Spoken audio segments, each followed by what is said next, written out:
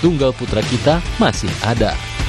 Menjuarai tunggal putra dan ganda putra All England 2024 jadi modal penting tim bulu tangkis kita menuju Olimpiade Paris 2024. Tradisi emas harus berlanjut. Tanpa mengurangi apresiasi bagi ganda putra Fajar Alfian dan Emrian Ardianto yang mempertahankan gelar di All England, gelar juara tunggal putra fenomenal.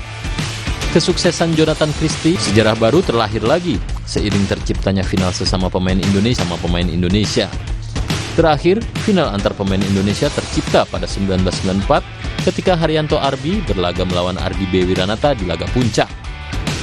Waktu itu, Haryanto menjadi juara setelah menang 15-12 dan 17-14.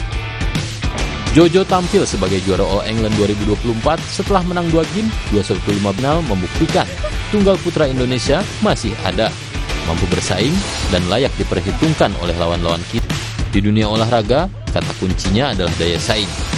Keberadaan kita untuk tetap berada di level elit dunia ditentukan oleh konsistensi menjaga daya saing. Menurun sedikit saja, kita akan tergilas.